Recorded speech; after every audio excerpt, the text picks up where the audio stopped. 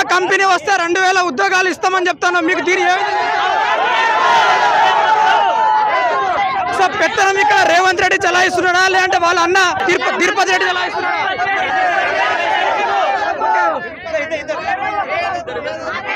So మొత్తానికి మీకు 2000 ఉద్యోగాలు వద్దు, ఫార్మా కంపెనీలు వద్దు అంటున్నారు.